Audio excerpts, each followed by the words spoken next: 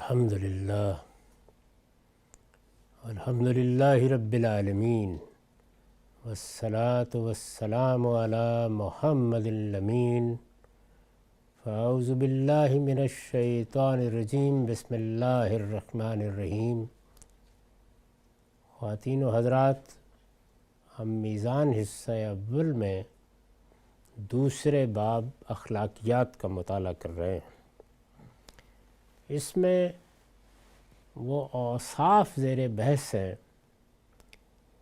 جنہیں اخلاقی لحاظ سے ایک مسلمان کے لیے، ایک بندہ مومن کے لیے آخری درجے کے اوصاف کے طور پر قرآن میں بیان کیا گیا ہے۔ اس لیے اس باب کا عنوان ہے جمال و کمال، یعنی وہ چیزیں جو ہر شخص کے لیے ضروری ہیں وہ اس سے پچھلے باب میں بیان ہو گئیں جو رذائل اور فضائل کے عنوان سے تھا۔ یہاں وہ چیزیں بیان ہو رہی ہیں کہ جن کو ایک نمونہ بنا کر، ایک مثالی مرتبے کی حیثیت سے سامنے رکھ کر ہم میں سے ہر شخص کو حاصل کرنے کی جد و جہد کرنی چاہیے۔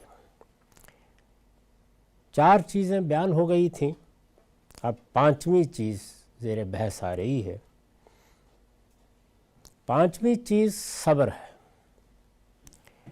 یہ نفس کو اضطراب اور بے چینی سے روکنے کے لیے آتا ہے، یعنی اس کا جو اصل مفہوم ہے وہ یہ ہے۔ اصل مفہوم کا کیا مطلب ہے؟ اس سے بعض اوقات یہ غلط فہمی ہو جاتی ہے کہ کسی لفظ کا کوئی مادے کے لحاظ سے مفہوم ہوتا ہے۔ اس طرح کی کوئی چیز نہیں ہوتی۔ لفظ ہمیشہ اپنے استعمالات سے اپنا مفہوم طے کرتا ہے۔ تو استعمالات کے اعتبار سے یہ اپنے ابتدائی مفہوم میں بھی استعمال ہوتا ہے اور پھر درجہ بدرجہ اپنے مفہوم کے مختلف پہلوؤں کو نمایاں کرتا چلا جاتا ہے۔ 5ویں چیز صبر ہے۔ یہ نفس کو اضطراب اور بے چینی سے روکنے کے لیے آتا ہے، یعنی یہ گویا اس کی اصل ہے۔ یہاں سے اس لفظ نے اپنے استعمالات کی ابتدا کی ہے۔ سورہ حجرات کی آیت وَلَوْ أَنَّهُمْ صَبَرُوا حَتَّى تَخْرُجَ إِلَيْهِمْ، اگر یہ لوگ صبر کے ساتھ انتظار کر لیتے کہ تم خود ان کے پاس نکل کے آ جاتے میں، یہ اپنے اسی ابتدائی مفہوم میں استعمال ہوا ہے۔ یعنی ظاہر ہے کہ یہاں کیا ہے، ایک شخص ملنے کے لیے آیا ہے، باہر بیٹھا ہے، اس نے آ کے اطلاع کی ہے یا نہیں کی، تاہم ایک اضطراب اور بے چینی ہے کہ جلد سے جلد ملاقات ہو جائے۔ تو یہاں یہ لفظ اس ابتدائی مفہوم میں خود قرآن مجید میں استعمال ہو گیا ہے۔ پھر اس سے، یعنی یہ ابتدائی مفہوم، میں باہر بیٹھا ہوا ہوں، ظاہر ہے کہ مجھے اگر کسی سے ملنا ہے تو ایک بے کلی کی سی، اضطراب کی سی، بے چینی کی سی کیفیت ہوگی کہ اب اطلاع ہو جائے، معلوم ہو جائے ملاقات ہوگی یا نہیں ہوگی۔ تو اس موقع پر جو کیفیت انسان کے اندر پیدا ہوتی ہے، اس میں جب یہ کہا جاتا ہے کہ اس سے اپنے آپ کو بچانے کی صحیح کرو، تو اس کے لیے صبر کا لفظ استعمال ہوتا ہے۔ اضطراب اور بے چینی سے روکنے کے لیے آتا ہے۔ پھر اس سے مشکلات اور موانع کے علی رغم پامردی، استقلال اور ثابت قدمی کے ساتھ اپنے موقف پر جمے رہنے کے معنی اس میں پیدا ہو گئے ہیں۔ یعنی جب اپنے اس ابتدائی مفہوم سے یہ اوپر اٹھا ہے تو پھر اس کے بعد اس دنیا کی زندگی میں جو مشکلیں پیش آتی ہیں، رکاوٹیں، ہم کوئی کام کرنا چاہتے ہیں تو اس میں درپیش ہو جاتی ہیں، ان سب مشکلات، ان موانع، ان رکاوٹوں کے علی الرغم، ان کے باوجود اگر انسان جس طرف بڑھنا چاہتا ہے یا جو کچھ اس کا موقف ہے جس پر وہ قائم رہنا چاہتا ہے، تو اس میں اگر وہ پامردی دکھاتا ہے، یعنی اس کے پاؤں جمے رہتے ہیں، وہ اس میں کوئی اضمحلال اپنے اندر پیدا نہیں ہونے دیتا، استقلال کے ساتھ اپنی بات کہتا ہے یا اس کے مطابق عمل کرتا ہے، جس کو ہم اردو زبان میں ثابت قدمی سے بھی تعبیر کرتے ہیں۔ ایک بات ہے، وہ مانی ہوئی بات ہے، وہ سمجھی ہوئی بات ہے، ایک عمل ہے، اس کے بارے میں شرع صدر ہے، تو انسان وہ بات کہتا ہے اور اس سے گریز نہیں کرتا، اور ہر طرح کے حالات میں کہتا ہے۔ مشکلات پیش آتی ہیں تب بھی کہتا ہے، رکاوٹیں درپیش ہوتی ہیں تب بھی کہتا ہے۔ اسی طریقے سے وہ کوئی عمل کر رہا ہے، اس سے کوئی فعل صادر ہو رہا ہے، اس کو اطمینان ہے کہ میں اپنی بات میں صحیح ہوں، میں جو رویہ اختیار کر رہا ہوں یا جو طرز عمل میں نے اختیار کیا ہے اس میں کوئی غلطی نہیں ہے۔ تو اگر وہ پامردی کے ساتھ، استقلال کے ساتھ، ثابت قدمی کے ساتھ اسے اختیار کیے رکھتا ہے، یعنی قول ہے تو وہ اس کی زبان سے نکلتا رہتا ہے، فعل ہے تو وہ اس کے وجود سے صادر ہوتا رہتا ہے، تو اس کے معنی اس میں پیدا ہو گئے، یعنی اب یہ ان مفاہیم کے لیے استعمال ہونے لگ گیا۔ چنانچہ آیا زیر بحث میں، یعنی وہ آیت سورہ احزاب کی وہ آیت جو اس باب کا سر عنوان ہے، جہاں سے یہ ساری بحث کی جا رہی ہے۔ چنانچہ آیا زیر بحث میں جس صبر کا ذکر ہے، یعنی اس میں جو صفات بیان کی گئی ہیں، وہ غیر معمولی صفات جو ایک بندہ مومن کو اپنا آئیڈیل بنا کر اپنے اندر پیدا کرنی چاہیے، یعنی اپنے اندر آخری درجے کا اخلاقی حسن پیدا کرنے کے لیے، اپنے اندر آخری درجے کا اخلاقی کمال پیدا کرنے کے لیے جو اوصاف، جو صفات اسے پیدا کرنی چاہیے، وہ اس آیت میں بیان ہوئی ہیں، سورہ احزاب کی آیت جس کو ہم نے عنوان کے لیے انتخاب کیا ہے۔ چنانچہ آیا زیر بحث میں جس صبر کا ذکر ہے، یعنی وہاں جو کہا گیا کہ صابرین یا صابرات، تو جس صبر کا وہاں ذکر ہے وہ عجز و تذلل کے قسم کی کوئی چیز نہیں ہے جسے بے بسی اور درماندگی کی حالت میں مجبوراً اختیار کیا جائے، یعنی اس کا یہ مطلب نہیں ہے کہ کچھ کر نہیں سکے، کوئی راستہ نہیں ملا تو چلیے بیٹھ گئے، عاجز ہو کر، مسکین ہو کر بیٹھ گئے، اور بے بسی اور درماندگی کی حالت میں اب کیا کیا جائے، آدمی یہی کر سکتا ہے کہ بیٹھا رہے۔ تو یہ اس طرح کی کوئی چیز نہیں ہے، بلکہ عزم و ہمت کا سرچشمہ اور تمام سیرت و کردار کا جمال و کمال ہے، یعنی یہ ذروہ سنام ہے۔ جتنی صفات بیان ہوئی ہیں ان میں سب سے بڑی چیز یہی ہے۔ اسی وجہ سے قرآن مجید اس کو یہ حیثیت دیتا ہے اور یہ کہتا ہے کہ ان اللہ مع الصابرین۔ یہ جس وقت ہم دنیا میں کوئی کام کرنے کے لیے نکلتے ہیں تو یا اس میں صبر کا امتحان ہوتا ہے یا شکر کا امتحان ہوتا ہے، تو یہ گویا ہماری زندگی کا نصف ہے، یعنی اگر مصیبت ہے، تکلیف ہے، موانع ہیں، رکاوٹیں ہیں، تو صبر، ثابت قدمی، اپنے موقف کے ساتھ وابستگی، اور اس میں اضمحلال سے بچنے کی صحیح، اور دوسری جانب یہ کہ آدمی اللہ کا شکر گزار ہو کر رہے، اگر نعمتیں مل رہی ہیں، کوئی موانع نہیں ہیں، کوئی رکاوٹیں نہیں ہیں، تو تمام سیرت و کردار کا جمال و کمال بن جاتا ہے۔ یہ ایسی صفت ہے، اور اس کو جو زیر بحث آیت ہے اس میں اسی لحاظ سے پیش کیا گیا ہے، بلکہ عزم و ہمت کا سرچشمہ، یعنی صبر کوئی عجز یا تذلل یا کچھ بیٹھ رہنے کی قسم کی چیز نہیں ہے، بلکہ کسی موقف کو اختیار کرنے، اس پر جمے رہنے، اس کے لیے جدوجہد کرنے کے لیے جو عزم و ہمت چاہیے، یہ اس کی تعبیر بن گیا ہے، اس کا سرچشمہ ہے، اور تمام سیرت و کردار کا جمال و کمال ہے۔ یعنی انسان کی سیرت میں ظاہر ہے کہ اضمحلال پیدا ہوتا ہے تو ہمیشہ معانع اور رکاوٹوں کے موقع پہ پیدا ہوتا ہے، گرد و پیش سے آ گئیں، ماحول سے آ گئیں، دائیں بائیں سے آ گئیں، دوستوں سے آ گئیں، خاندان والوں سے آ گئیں، ایسے ہی دشمنوں سے آ گئیں۔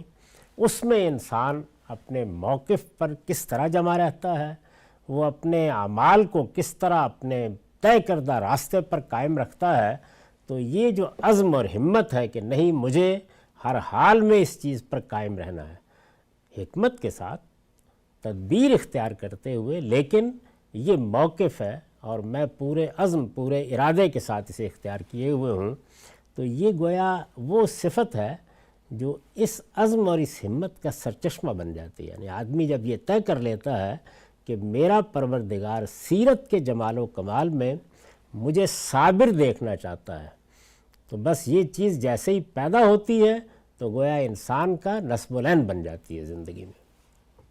اسی سے انسان میں یہ حوصلہ پیدا ہوتا ہے کہ زندگی کے ناخوشگوار تجربات پر شکایت یا فریاد کرنے کی بجائے وہ انہیں رضامندی کے ساتھ قبول کر لے. یعنی یہ دنیا کی زندگی ایسی ہے کہ اس میں کوئی ہموار شاہراہ نہیں ہوتی جس پر آدمی چلتا رہتا ہے، بلکہ اگر اصول کے لحاظ سے، نصب العین کے لحاظ سے، اہداف کے لحاظ سے کسی بڑے کام کا فیصلہ کر لیا جائے تو اللہ کی ایک عمومی سنت یہ ہے کہ لازماً اس میں کچھ آزمائشیں پیش آتی ہیں اور رکاوٹیں پیش آتی ہیں. چنانچہ دیکھ لیجئے کہ صحابہ کرام کے لیے جو امتحان یا آزمائش یا ابتلا کا خصوصی قانون قرآن میں بیان ہوا ہے. خصوصی قانون بیان ہی کیوں ہوا ہے؟ اس لیے کہ ایک بڑا مشن ہے جو ان کے سپرد کیا گیا، ایک ایسی ذمہ داری ان پر ڈالی گئی جو انسانی تاریخ میں کم جماعتوں پر اللہ تعالیٰ کی طرف سے ڈالی گئی. یعنی بنی اسرائیل پر ڈالی گئی اور اس کے بعد صحابہ کرام پر ڈالی گئی. تو صحابہ کرام کی وہ جماعت یا بنی اسماعیل کی وہ جماعت جو رسول اللہ صلی اللہ علیہ وسلم کے سامنے موجود تھی اور آپ کی موجودگی میں اللہ تعالیٰ کی طرف سے منتخب کی گئی ایک مشن کے لیے، اس میں اس قانون کو بیان کیا اور یہ کہا کہ وَلَنَبْلُوَنَّكُمْ بِشَيْءٍ مِّنَ الْخَوْفِ وَالْجُوعِ وَنَقْصٍ مِّنَ الْأَمْوَالِ وَالْأَنفُسِ وَالثَّمَرَاتِ. 10-12 سال کا یہ پورا پروگرام ہے، اس میں ہم بہرحال ان سب مرحلوں سے تمہیں گزاریں گے. یعنی یہ ہر انسان کے لیے قاعدہ نہیں ہے. کسی آدمی کو صبر کی آزمائش پیش آتی ہے، کسی کو شکر کی آزمائش پیش آتی ہے، لیکن صحابہ کرام کے لیے جو خصوصی ابتلا کا قانون تھا کہ یہ اور یہ چیزیں لازماً ہونی ہیں، اس کے بعد اللہ تعالیٰ کی نصرت یا اللہ تعالیٰ کی مدد آئے گی.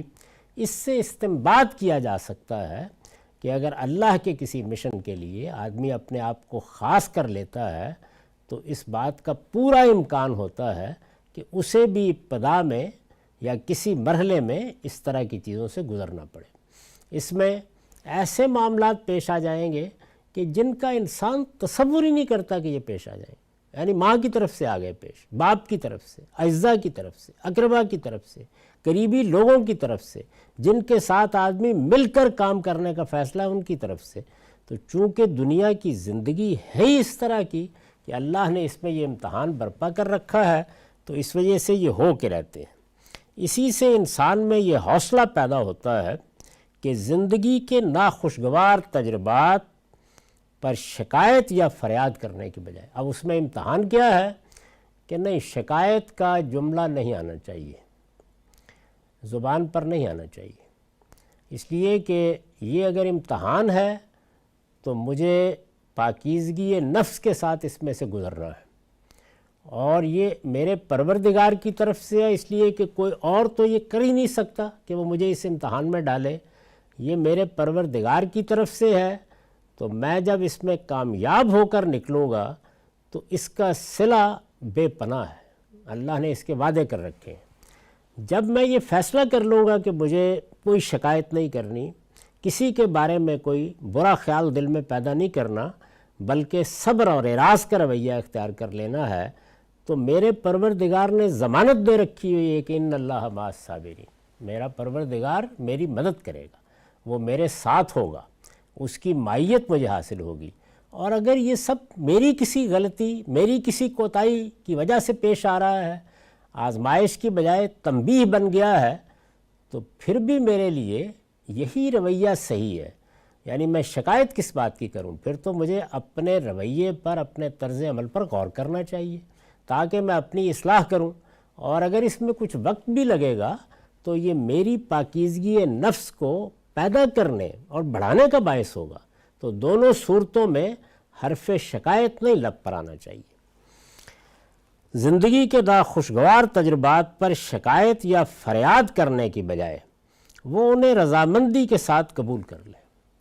یہ ٹھیک ہے، یہ میری غلطی ہو سکتی ہے جس پر مجھے تنبیہ کی جا رہی ہے، میری پاکیزگی کا اہتمام میرے پروردگار کی طرف سے کیا جا رہا ہے، مجھے اس امتحان سے گزار کر میرے مراتب بلند کیے جا رہے ہیں، وہ فیصلہ کر لے کہ یہ مجھے بہرحال جو کچھ ملنے والا ہے اس کی تمہید ہے، تو میں کہیں اس سے محروم نہ کر بیٹھوں، اپنے آپ کو رضامندی کے ساتھ قبول کر لے اور خدا کی طرف سے مان کر ان کا استقبال کرے کہ یہ اچھی بات ہے، جو کچھ بھی آسمان سے آتا ہے وہ خیر ہی ہے، اس لیے کہ میرا رب اگر تنبیہ کر رہا ہے تو خیر، اگر کچھ گوشمالی ہو رہی ہے تو خیر، اور اگر مجھے ان مراحل سے گزار کر میرے لیے کچھ مراتب کا فیصلہ ہو رہا ہے تو خیر۔ اس مفہوم کے لحاظ سے، یعنی یہ جو اب چیز سامنے آئی، اس مفہوم کے لحاظ سے صابر وہ شخص ہے جو ہر خوف و طمع کے مقابل میں اپنے موقف پر قائم اور اپنے پروردگار کے فیصلوں پر راضی اور مطمئن رہے۔ یہ جو تعبیر اختیار کی گئی ہے، اس کا ہرگز یہ مطلب نہیں ہے کہ وہ دنیا کی زندگی میں تدبیر اور جد و جہد سے اپنے آپ کو دستبردار کر لے۔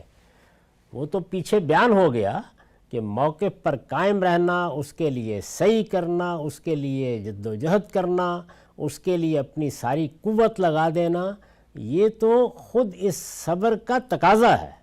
اصل چیز یہ ہے کہ سب کچھ کرنے کے باوصف دائیں سے بائیں سے اوپر سے نیچے سے معانے پیش آ رہے ہیں، رکاوٹیں پیش آ رہی ہیں، اس موقع کے اوپر حرف شکایت نہ ہو، فریاد نہ ہو، بلکہ یہ بات قبول کر لی جائے کہ یہ رکاوٹ آنی ہے، یہ معانے ہونے تھے، یہ میری تعمیر کے لیے، میری تہذیبی تشکیل کے لیے ضروری تھے، یہ سب چیزیں پیش آئی ہیں تو میرے مالک کی طرف سے پیش آئی ہیں، اور وہ یقیناً بہت بڑا خیر اس میں سے میرے لیے برآمد کرنے والا ہے۔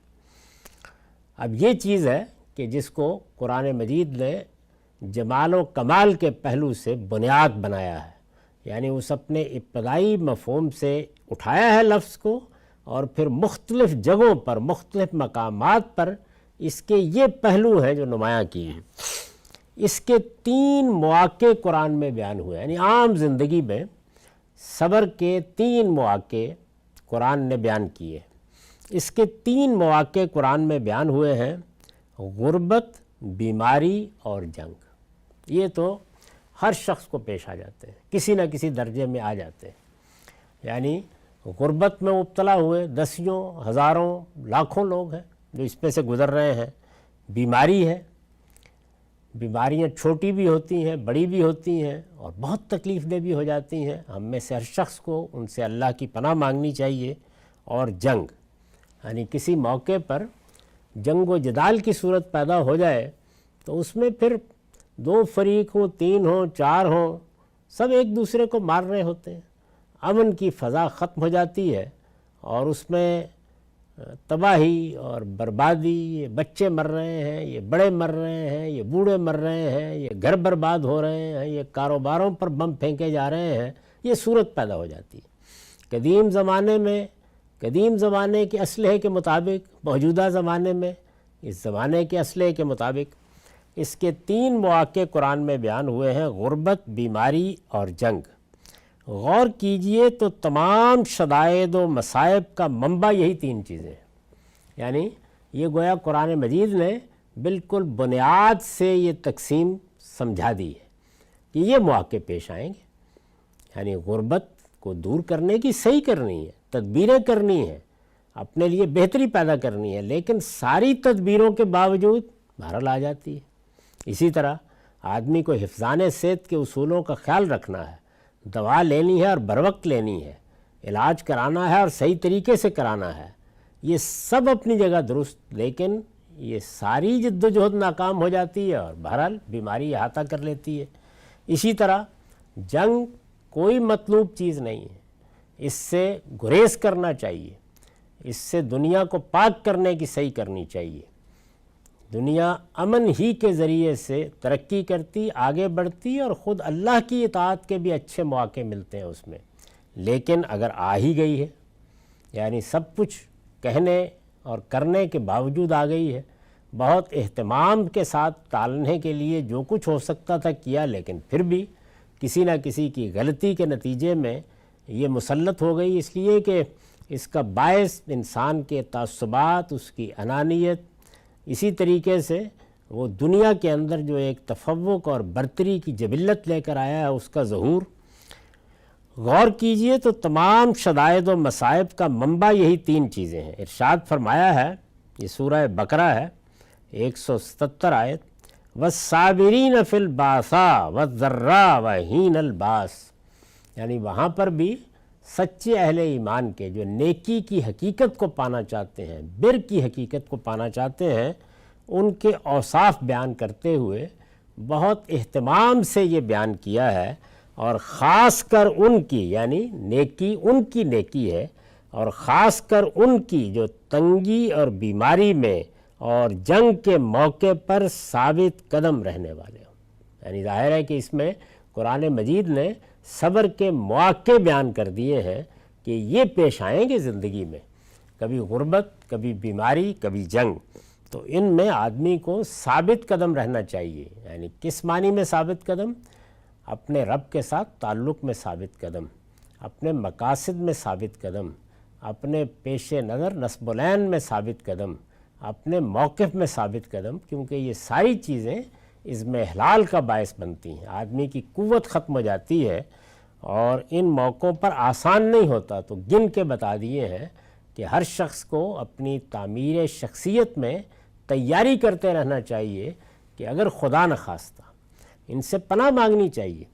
اللہ تعالیٰ کا امتحان آسان نہیں ہوتا، ایک بندہ مومن بہت عاجز ہے، ہم میں سے کسی کو کسی آزمائش کو آواز نہیں دینی ہے، لیکن اگر آ جائیں تو تیاری کرنی چاہیے کہ ہم ان کا استقبال ہی کریں گے۔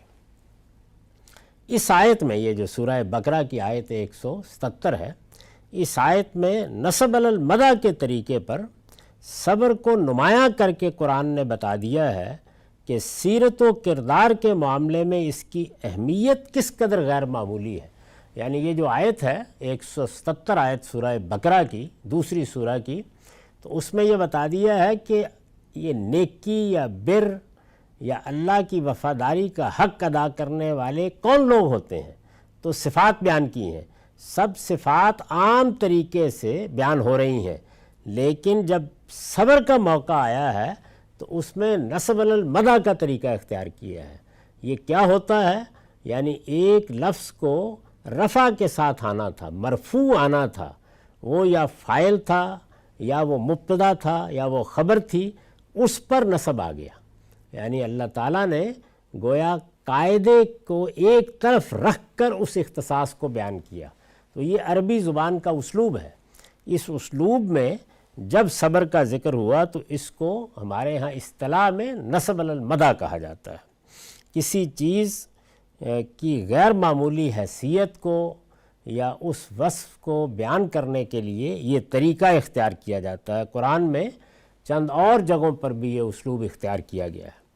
اس آیت میں نصب علی المدح کے طریقے پر صبر کو نمایاں کر کے، ظاہر ہے کہ جب آپ ایک طریقے کے جملوں میں یک بیک یہ تبدیلی کرتے ہیں تو وہ چیز بالکل نمایاں ہو کر سامنے آ جاتی ہے۔ نمایاں کر کے قرآن نے بتا دیا ہے کہ سیرت و کردار کے معاملے میں اس کی اہمیت کس قدر غیر معمولی ہے۔ یعنی باقی صفات جتنی بیان ہو رہی ہیں وہ سب اپنی جگہ بڑی اہم ہیں، لیکن اگر غور کیا جائے تو ان اوصاف میں ذروہ سنام کی حیثیت، چوٹی کی جو صفت ہے وہ یہی صبر ہے، تو اس لیے اس کو نمایاں کیا ہے وہاں پر بھی۔ اس کی مزید وضاحت قرآن مجید میں اس کے مواقع استعمال سے ہوتی ہے۔ یعنی جب اب ہمیں یہ معلوم ہو گیا کہ یہ لفظ اپنا ابتدائی مفہوم کیا رکھتا ہے، اس کی اصل کیا ہے، کہاں سے اس نے استعمال میں آنا شروع کیا ہے، پھر معلوم ہوا کہ اس کی حقیقت کیا ہے، پھر یہ واضح ہو گیا کہ اللہ تعالیٰ جو مختلف مواقع ہیں ان میں کس طریقے سے کیا سیرت، کیا کردار، کیا جمال کمال اس کے ذریعے سے اپنے بندوں میں پیدا کرنا چاہتا ہے، اس کے مواقع بھی بیان کر دیے۔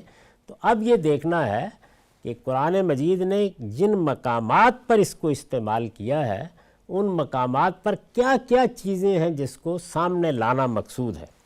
اس کی مزید وضاحت قرآن مجید کے اس کے مواقع استعمال سے ہوتی ہے، یعنی ظاہر ہے کہ مختلف جگہوں پر اللہ تعالیٰ نے ایک خاص پہلو سے اس لفظ کو یہاں استعمال کیا، ایک دوسرے پہلو سے دوسری جگہ استعمال کیا۔ وہ پہلو کیا ہیں، وہ جہات کیا ہیں، وہ واضح ہوتی ہیں مواقع استعمال سے۔ نبی صلی اللہ علیہ وسلم جب دعوت حق کے لیے کھڑے ہوئے، اب دیکھیے کہ کیا ہوا، نبی صلی اللہ علیہ وسلم ایک عام آدمی کی زندگی بسر کر رہے تھے، اپنے معاشرے کے گلے سرسبد کی حیثیت سے، اعلیٰ اخلاقی کردار اور سیرت کے نمونے کی حیثیت سے، لیکن عام آدمی کی زندگی بسر کر رہے تھے، اور لوگ اس پہلو سے آپ کی شخصیت کی عظمت کو دیکھتے بھی تھے، تاہم کوئی غیر معمولی پہلو کہ کوئی تصنیف ہو رہی ہے، تالیف ہو رہی ہے، کوئی شاعری ہے، کوئی ادب ہے، کوئی فلسفہ بتایا جا رہا ہے، کوئی حکمت کے مباحث چھیڑے جا رہے ہیں، اس طرح کی کوئی چیز نہیں تھی۔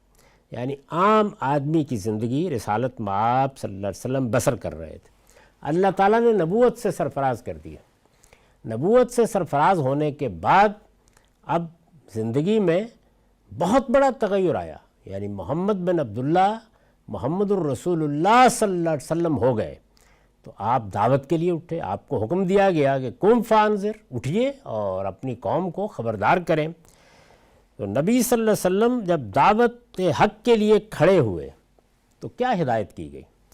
تو آپ کو ہدایت کی گئی کہ لوگوں کی عداوت اور دشمنی کی پرواہ کیے بغیر، یعنی اب کیا ہوگا، لوگ دعوت حق کے لیے اٹھیں گے تو گلے میں ڈالنے کے لیے ہار لے کے آ جائیں گے، استقبال کریں گے، آپ کو استقبالیہ پیش فرمائیں گے۔ صاف واضح ہے کہ یہ کسی معاشرے میں بھی نہیں ہوتا، یعنی دنیا کی تاریخ یہی بتاتی ہے، ہونا تھا تو اللہ کے پیغمبروں کے لیے ہو جاتا، نہیں ہوا۔ اس سے اندازہ کیا جا سکتا ہے کہ انسانوں کے یہ رویے عالمگیر ہیں، یعنی کوئی عالم پیدا ہو گیا ہے، کوئی فاضل شخص ہے، کوئی ایسا شخص ہے کہ جو کسی علم میں غیر معمولی کمال رکھتا ہے، تو اگر تو وہ اپنے دائرے تک محدود رہتا ہے تو سب لوگ مان لیتے ہیں، لیکن جس وقت وہ آپ کے سامنے کوئی ایسی بات رکھتا ہے جو آپ کے تصورات کے، آپ کے معتقدات کے، آپ کے تعصبات کے، آپ کے جذبات کے خلاف ہوتی ہے، تو رد عمل ہوتا ہے عام طور پر، اور رد عمل دشمنی اور عداوت میں بدل جاتا ہے۔ یعنی وہ شائستہ رد عمل نہیں رہتا کہ ٹھیک ہے اختلاف کریں گے، یعنی کسی نے کوئی ہاتھ میں تلوار تو نہیں پکڑی ہوئی کہ وہ منوا رہا ہے، اپنی بات کہہ رہا ہے۔ اگر استدلال سے بات بیان کی جا رہی ہے تو اچھی بات ہے، ہم بھی استدلال سے جواب دے دیں گے، بات معقول ہے تو قبول کر لیں گے، ورنہ نظر انداز کر دیں گے۔ لیکن لوگ یہ رویہ نہیں اختیار کرتے، وہ دشمنی اور عداوت پر آمادہ ہو جاتے ہیں۔ نبی صلی اللہ علیہ وسلم جب دعوت حق کے لیے کھڑے ہوئے تو آپ کو ہدایت کی گئی کہ لوگوں کی عداوت اور دشمنی کی پرواہ کیے بغیر پوری سرگرمی کے ساتھ اپنے کام میں لگے رہیں، یعنی آپ کو اب پرواہ نہیں کرنی اس بات کی، اپنی بات کہیے، بیان کیجئے، استدلال کرتے چلے جائیے۔ قرآن مجید کو آپ پڑھ کر دیکھ لیں، وہ سارا کا سارا اس کا بہترین نمونہ ہے، یعنی رسالت مآب صلی اللہ علیہ وسلم کی شخصیت کا استہزاء کیا گیا ہے، ذات کو ہدف تنقید بنایا گیا ہے۔ قرآن مجید جیسی کتاب آپ کی زبان پر ہے، اس کے بارے میں طرح طرح کی فضولیات، خرافات لوگوں نے کہی ہیں، لیکن ان سب چیزوں کو ایک طرف رکھ کر قرآن مجید نے رسالت مآب صلی اللہ علیہ وسلم کو یہ بتایا، اس کی ہدایت کی کہ یہ عداوت پر آمادہ ہیں، دشمنی کر رہے ہیں۔ دشمنی یعنی دیکھیے نا، جان کے در پہ ہو گئے، مارنے کے لیے تیار ہو گئے۔ قرآن مجید نے اس دشمنی کے لفظی کو استعمال کیا ہے، جب بشارت دی ہے تو کہا کہ ان شانئک ھو الابتر، یہ تیرا دشمن ہی جڑ کٹا ہے۔ یہ بات کیوں کہی گئی؟ اس لیے کہ یہ معاملہ صرف استدلال یا گفتگو میں اختلاف تک نہیں رہا، اس سے بہت آگے بڑھ کر استہزاء اور استخفاف اور جان لینے تک پہنچ گیا۔ تو اس سب کچھ کے باوجود آپ کو کیا ہدایت کی گئی؟ ابتدائی میں کیا کہا گیا؟ پوری سرگرمی کے ساتھ اپنے کام میں لگے رہیں۔ یہ بڑی غیر معمولی بات ہے۔ جب انسان رسالت مآب صلی اللہ علیہ وسلم کی اتباع میں، پیروی میں اس میدان میں قدم رکھتا ہے تو ظاہر ہے کہ وہ تو اللہ کے پیغمبر، آخری پیغمبر، خدا کی منتخب ہستی، لیکن ہمارے جیسے عام لوگ بھی جب اس میں قدم رکھتے ہیں تو شروع میں اس کا اندازہ نہیں ہوتا کہ معاملے کی نوعیت کیا ہو جائے گی۔ اس میں بعض اوقات جواب دینے میں، بعض اوقات نقد کرنے میں آدمی حدود سے تجاوز کر جاتا ہے، یعنی بجائے اس کے کہ اس کی تمام تر توجہات اپنے کام پر رہیں، وہ دائیں بائیں کہیں نہ کہیں الجھ جاتا ہے۔ وہ جس کو کہا گیا ہے نا کہ آدمی راستے پر چل رہا تھا لیکن کہیں نہ کہیں پاؤں پھسل گیا، کچھ لمم جس کو قرآن نے تعبیر کیا وہ ہو جاتے ہیں۔ یہ سب سے بڑی چیز ہوتی ہے جس سے شیطان راستے سے ہٹاتا ہے۔ تو رسول اللہ صلی اللہ علیہ وسلم کو یہ ہدایت کی گئی کہ آپ اپنے کام میں لگے رہیں۔ کام میں لگے رہنے کا مطلب کیا ہے وہ بھی قرآن مجید سے سمجھ میں آ جاتا ہے۔ اپنی بات کہیے اور اپنے موقف پر قائم رہ کر کہیے، یعنی دھمکی ہے تو، وعید ہے تو، لوگ دشمنی کر رہے ہیں تو، عداوت ہے تو، استہزاء ہے تو، استخفاف ہے تو، اس کو ایک طرف رکھ کے اپنی بات شائستگی کے ساتھ کہتے چلے جائیے۔ جب کبھی یہ معلوم ہو کہ کسی طرف سے کوئی نقد ہوا ہے تو دیانتداری کے ساتھ غور کریں۔ اگر اس میں کوئی اچھی بات ہے، صحیح بات ہے تو شکریہ ادا کریں اور قبول کریں، اگر نہیں ہے تو بس خاموشی اختیار کر لیں۔ اور اگر کسی جگہ کسی نقد میں کوئی ایسی بات کہی گئی ہے جو مخاطبین کے لیے غلط فہمی کا باعث بن رہی ہے تو وہ بھی کوئی دائیں بائیں دیکھے بغیر صرف استدلال کی حد تک واضح کرتے چلے جائیں۔ جب بار بار آپ مثبت طریقے سے اپنی بات کہتے اور واضح کرتے چلے جاتے ہیں تو پھر لوگوں کے لیے اس کو سمجھنا آسان ہوتا ہے۔ یہی وجہ ہے کہ قرآن مجید جس وقت تبصرہ بھی کرتا ہے تو یہ نہیں کہ فلاں کا نام لے رہا ہے، فلاں کا نام لے رہا ہے۔ آپ دیکھیے پورے قرآن مجید میں جب آخری فیصلہ سنایا گیا ہے تو دشمنوں سے ایک بار ابو لہب کا نام لیا گیا آخری فیصلہ سنانے کے لیے، ورنہ یہ ہے کہ نہ ادھر کے نام نہ ادھر کے نام، بس بات کی وضاحت، توضیح، اعتراضات نقل کیے ہیں۔ تو اسی طرح کہ لوگ یہ کہتے ہیں، بعض یہ پوچھتے ہیں، بعض لوگوں نے یہ کہا ہے، ان لوگوں نے یہ بات اس جگہ سے بیان کی ہے، اس کو نقل کیا اور بس اس کی وضاحت کر دی۔ تو اعتراضات بھی بغیر کسی شخص کی طرف انگلی اٹھائے نقل کیے گئے ہیں اور ان کا جواب جگہ جگہ دیا گیا ہے، اشکالات دور کیے گئے ہیں۔ تو یہی صحیح طریقہ ہے کہ پوری سرگرمی کے ساتھ اپنے کام میں لگے رہیں یہاں تک کہ اللہ کا فیصلہ ظاہر ہو جائے۔ یعنی پیغمبروں کے لیے، نبیوں کے لیے تو چونکہ یہ طے ہوتا ہے کہ اللہ تعالیٰ نے ان کو اس منصب پر کھڑا کیا ہے، وہ بتائے گا کہ اب کیا کرنا ہے، یعنی اس میں وہ اپنی طرف سے کچھ نہیں کر سکتے۔ جو کچھ بھی انہیں کرنا ہے وہ اللہ تعالیٰ کی طرف سے بتا دیا ہے کب تک کرنا ہے، یعنی قوم کے ساتھ لب و لہجہ کیا اختیار کرنا ہے، اور پھر آخر میں اگر ہجرت کا موقع ہے تو اللہ ہی فیصلہ کرے گا، اگر پیغمبر کو اٹھا لینا ہے تو اس فیصلے کی اطلاع بھی اللہ ہی دے گا۔ غرض یہ کہ ان کے معاملے میں تو یہ اس طرح ہوتا ہے، لیکن جب دوسرے لوگ یہ کام کرنے کے لیے اٹھتے ہیں تو ان کو اجتہاد سے فیصلے کرنے پڑتے ہیں، یعنی سوچ سمجھ کر اپنے لیے کوئی تدبیر اختیار کریں گے۔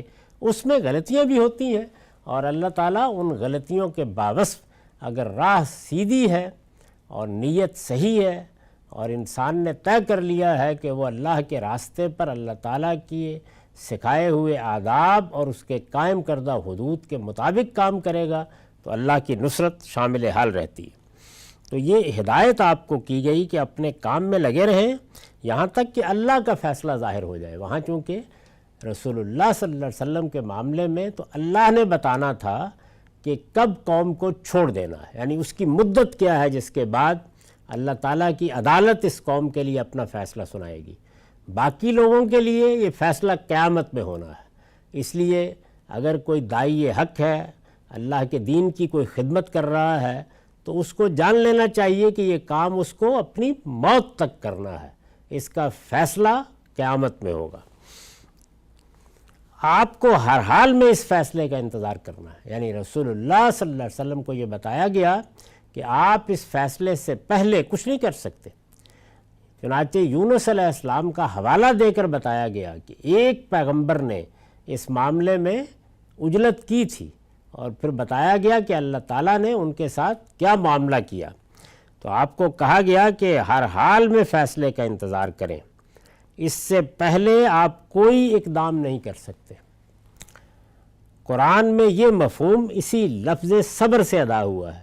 یعنی یہ بات کہ ہر حال میں آپ کو فیصلے کا انتظار کرنا ہے، پوری سرگرمی سے اپنا کام کرتے رہنا ہے، یہ جو پوری بات ہے اس کے لیے لفظ کیا استعمال ہوا ہے؟ وہی صبر کا لفظ. تو دیکھیے یہ سورہ یونس ہے، 109 آیت ہے. وَاتَّبِعْ مَا يُوحَىٰ إِلَيْكَ وَاصْبِرْ حَتَّىٰ يَحْكُمَ اللَّهُ وَهُوَ خَيْرُ الْحَاكِمِينَ. اے پیغمبر تم اس کی پیروی کرو جو تمہاری طرف وحی کی جاتی ہے، اور صبر کرو یہاں تک کہ اللہ فیصلہ کر دے، اور وہ بہترین فیصلہ کرنے والا ہے. یعنی یہاں پر صبر ہی کا لفظ استعمال کیا. موقع پر جمے رہیے، کام کرتے رہیے اپنا پوری سرگرمی کے ساتھ. فیصلہ اوپر سے آئے گا، جب وہ آئے گا اس وقت تک آپ کو اپنی بات پر جمے رہنا ہے. ایوب علیہ السلام پر مصیبتوں کے پہاڑ ٹوٹ پڑے، لیکن انہوں نے تسلیم و رضا کا دامن ہاتھ سے نہیں چھوڑا. یہ اوپر میں نے بیان کیا تھا کہ ہر طرح کی مصیبت، ہر طرح کی تکلیف، ہر طرح کے معانے آ جاتے ہیں. سیدنا ایوب کے بارے میں یہ معلوم ہوتا ہے کہ لوگوں نے یہ بات ان کی بستی میں کہنا شروع کر دی کہ یہ شخص، اس کو اللہ تعالیٰ نے حسن و جمال بھی دیا ہے، اس کو خدم و حشم بھی دیے ہیں، اس کے پاس مال و دولت بھی بہت ہے، یہ سارا دن اللہ کا شکر کرتا اور نمازیں پڑھتا ہے تو کون سا کمال کرتا ہے؟ یہ اتنی نعمتیں اس کو حاصل ہیں. تو اللہ تعالیٰ نے ان لوگوں کی تنبیہ کے لیے، یعنی اپنے بندے کی کسی غلطی کے نتیجے میں نہیں، ان کی تنبیہ کے لیے ایک بڑی امتحان، بڑے آزمائش میں مبتلا کیا اور سب کچھ چھین لیا. ایوب علیہ السلام پر مصیبتوں کے پہاڑ ٹوٹ پڑے، لیکن انہوں نے تسلیم و رضا کا دامن ہاتھ سے نہیں چھوڑا. اللہ تعالیٰ نے اس پر ان کی مدح کی تو اس کے لیے بھی یہی تعبیر اختیار کی. یعنی گویا یہ ایسی جامع تعبیر ہے کہ کردار اور سیرت کے ان پہلوؤں کو گویا اپنے اندر سمیٹ لیتی ہے. تو یہ سورہ صاد کی آیت 44 سے فرمایا اِنَّا وَجَدْنَاهُ صَابِرًا نِعْمَ الْعَبْدُ إِنَّهُ أَوَّابٌ. حقیقت یہ ہے کہ ہم نے اسے ہر حال میں صابر پایا. یعنی مصیبت کی جو صورت بھی آئی اس میں صبر ہی صبر. کیا ہی خوب بندہ تھا. کچھ شک نہیں کہ وہ اپنے پروردگار کی طرف بڑا ہی رجوع کرنے والا تھا. بہت داد دی اللہ تعالیٰ نے. لقمان کی نصیحت قرآن میں نقل ہوئی ہے. راہ حق کی مصیبتوں کا مردانہ وار مقابلہ کرنے کے لیے انہوں نے بیٹے کو اسی کی تلقین فرمائی. یعنی جب تم سچی بات کہو گے، لوگوں کو نیکی کی تلقین کرو گے تو اس میں مصیبتیں آئیں گی. اس میں کیا کرنا ہے؟ جب انہوں نے یہ بیان کرنا چاہا ہے نصیحت کرتے ہوئے لقمان نے، تو یہی لفظ استعمال کیا ہے وَأْمُرْ بِالْمَعْرُوفِ وَانْهَ عَنِ الْمُنْكَرِ وَاصْبِرْ عَلَىٰ مَا أَصَابَكَ اِنَّ ذَلِكَ مِنْ عَزْمِ الْأُمُورِ.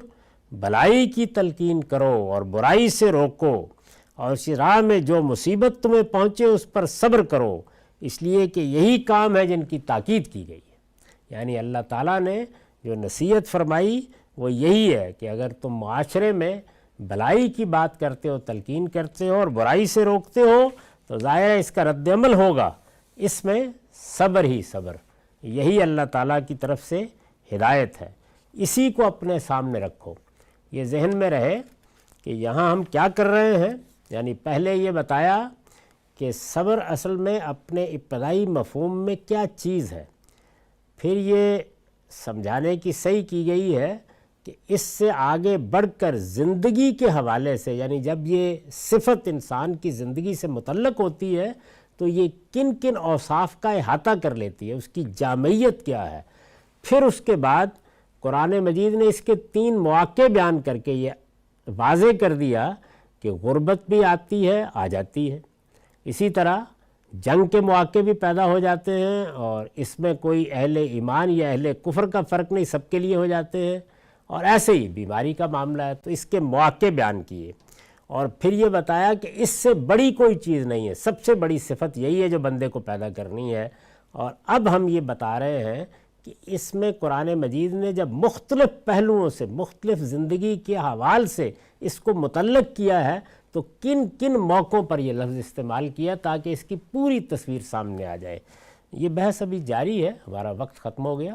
اقول قولی ھذا واستغفر اللہ لی ولکم ولسائر المسلمین۔